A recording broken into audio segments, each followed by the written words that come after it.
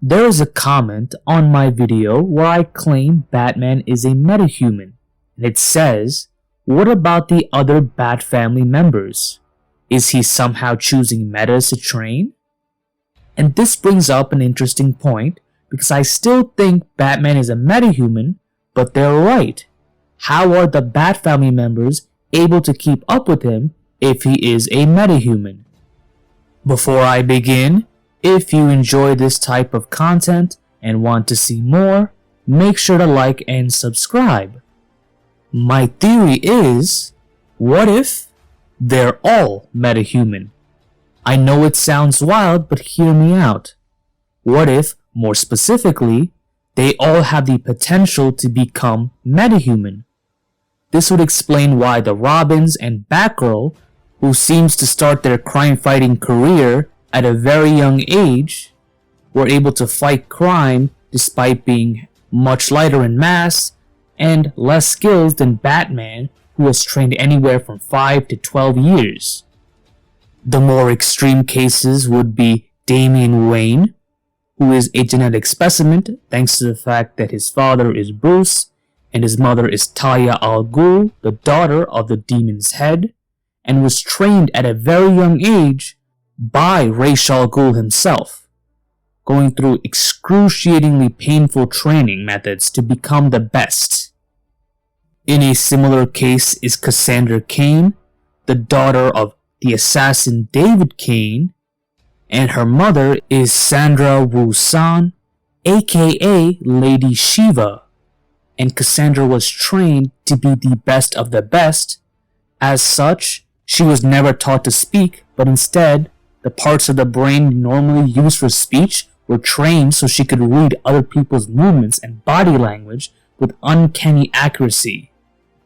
This could also explain why both the Joker and Harley Quinn survived jumping into a vat of acid with deadly chemicals, coming out as insane, and in certain cases, the Joker has seemed to be on par with Batman in terms of hand-to-hand combat.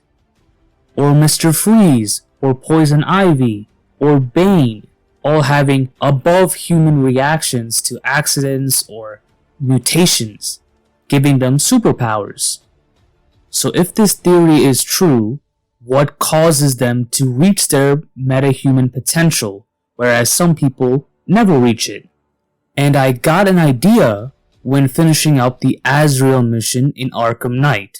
Slight spoilers, it's revealed that Azrael, who fights as well as Batman, used to be a GCPD officer that was let go due to mental issues caused by a secret crime-fighting program, and then was recruited by the Order of Saint Dumas, a religious fanatical organization with the intent of keeping Gotham safe by whatever means necessary. The Order implants a Neuralink-type chip into his brain to alter his memories, creating a Batman replicant off of an ordinary guy. Now, whether it was the secret training which gave him the mental issues, or whatever the Order did afterwards, gave him peak human abilities. He's essentially a metahuman. So, what if it's a trigger that causes the potential to be reached?